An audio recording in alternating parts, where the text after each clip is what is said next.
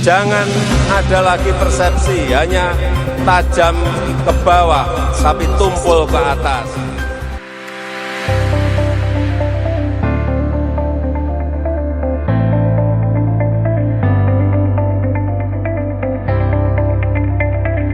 Aksi Perubahan Julheri Siburian dengan judul Optimalisasi Bantuan Hukum bagi Warga Binaan Pemasyarakatan dan Dukungan Terhadap Keadilan Restoratif.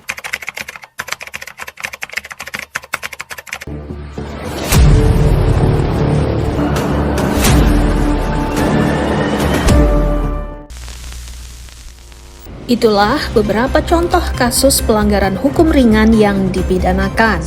Kebanyakan kasus tindak pidana tersebut terpaksa dilakukan karena kemiskinan. Berkaca pada kejadian itu, sudah seharusnya penegak hukum dapat lebih bijak menerapkan asas kemanusiaan dengan memperhatikan sebab yang memaksa mereka melakukan tindak pidana tersebut.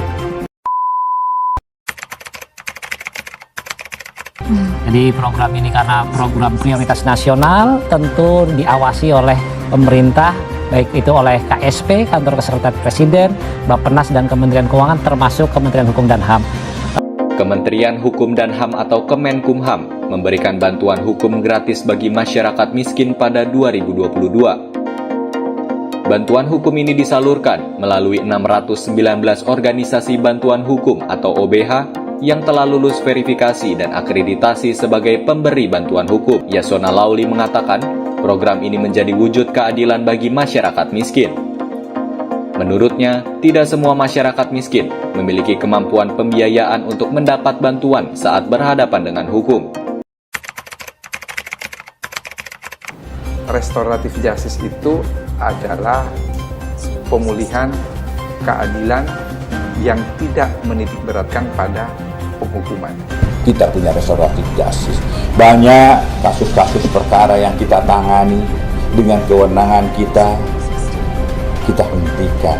Dengan menerbitkan Perpol nomor 8 tahun 2021 tentang tata cara penyelesaian penanganan perkara pidana melalui keadilan restoratif.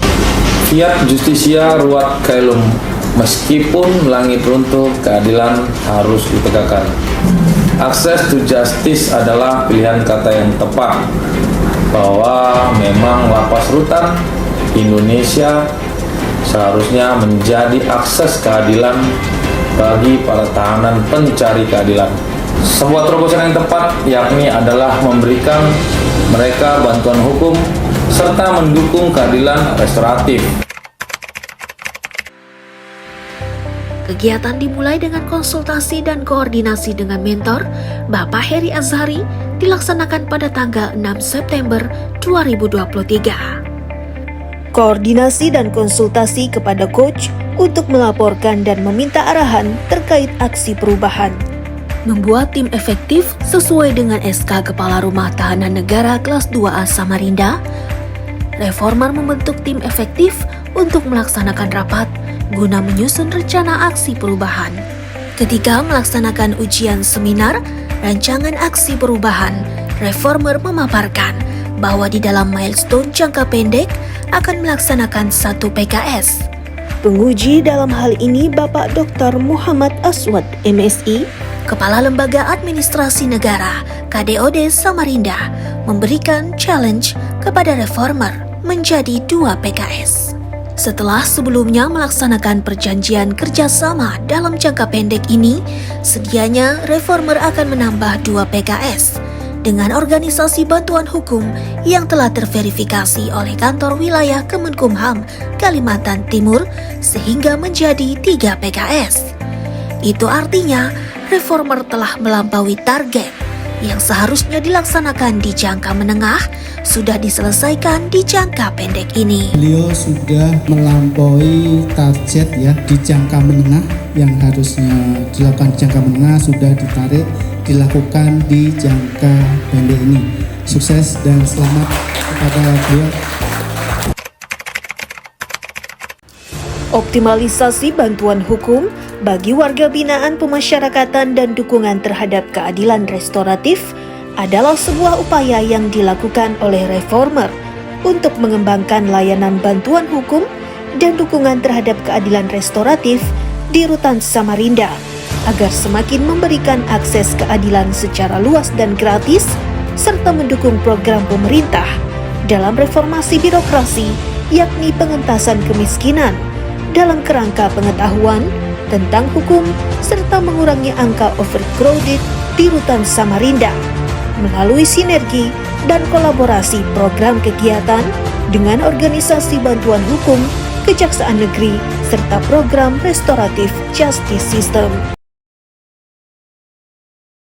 Sebelum aksi perubahan dilakukan, posisi Kesatuan Pengamanan Rutan berada di latens, yaitu tinggi pengaruh, rendah kepentingan.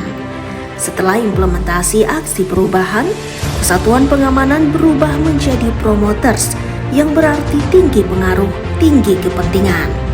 Semula, sebelum aksi perubahan dilakukan, organisasi bantuan hukum, tahanan dan keluarga tahanan berada di posisi apathetic, yaitu rendah pengaruh, rendah kepentingan. Setelah implementasi aksi perubahan dilakukan, organisasi bantuan hukum, tahanan dan keluarga tahanan menjadi defenders, yang berarti rendah pengaruh, tinggi kepentingan. Selanjutnya, sebelum aksi perubahan dilakukan, Kanwil Kemenkumham Kaltim Subseksi Pelayanan Tahanan dan Kejaksaan berada di posisi promoters, yaitu tinggi pengaruh dan tinggi kepentingan. Setelah implementasi aksi perubahan, posisi Kanwil Kemenkumham Kaltim Subseksi Pelayanan Tahanan dan Kejaksaan tetap berada di posisi promoters dikarenakan stakeholder tersebut mempunyai tinggi pengaruh dan tinggi kepentingan. Sebelum aksi perubahan dilakukan, posisi defender stakeholder kosong. Namun, setelah aksi perubahan dilaksanakan, posisi defenders langsung diisi 3 stakeholders, yaitu organisasi bantuan hukum, tahanan dan keluarga tahanan dikarenakan rendah pengaruh, tinggi kepentingan yang sebelumnya berada di apathetic. Sebagai bentuk dukungan terhadap keadilan restoratif, Reformer membangun rumah restoratif justice.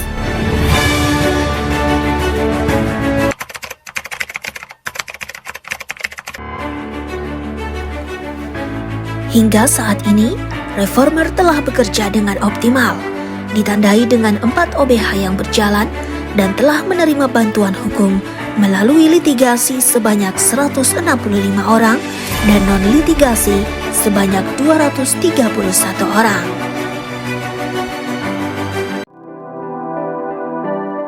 Saya ucapkan terima kasih kepada Bapak Karutan dan jajaran yang telah memberikan bantuan hukum sehingga masalah hukum yang saya jalani telah selesai dan memberikan fasilitas berupa rumah restoratif justice untuk menyelesaikan perkara hukum saya dengan istri saya.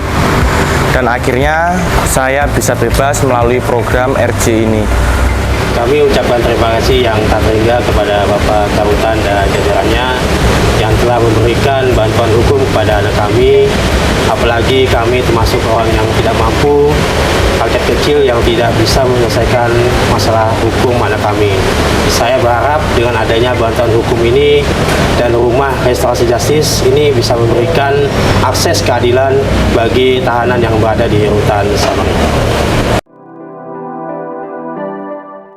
Saya Gun Gun Gunawan, Kepala Kantor Wilayah Hukum dan HAM Kalimantan Timur, dalam hal ini mendukung sepenuhnya apa yang menjadi pilot proyek perubahan atau aksi perubahan dari Saudara Jul sebagai Karutan Samarinda, di mana perubahannya adalah optimalisasi tentang bantuan hukum bagi warga binaan. Ini sangat bermanfaat sekali dalam peningkatan pelayanan publik, khususnya bagi warga binaan yang masih awam tentang hukum. Sukses terus, mudah-mudahan bisa menjadi ikon terbaik di Kaltim. Saya lihat dari awal ini adalah suatu proses, ya, dan saya yakini saya memberi penguatan agar bisa di ranking 1, ya Pak. Ada proses kepuasan dalam penerima bantuan. Siapa? Tentunya tahanan. Tahanan itu akan merasa lebih tenang, ya, dan ini membuat mereka tidak gelisah.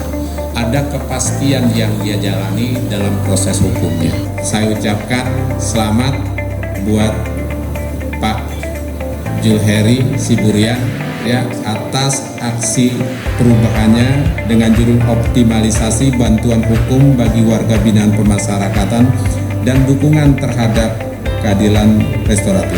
Sebagai Kepala Divisi Pilihan Hukum dan Hak Asasi Manusia Kantor Wilayah Kementerian Hukum dan HAM Kalimantan Timur, sangat mendukung sepenuhnya aksi perubahan Kepala Rutan Samarinda.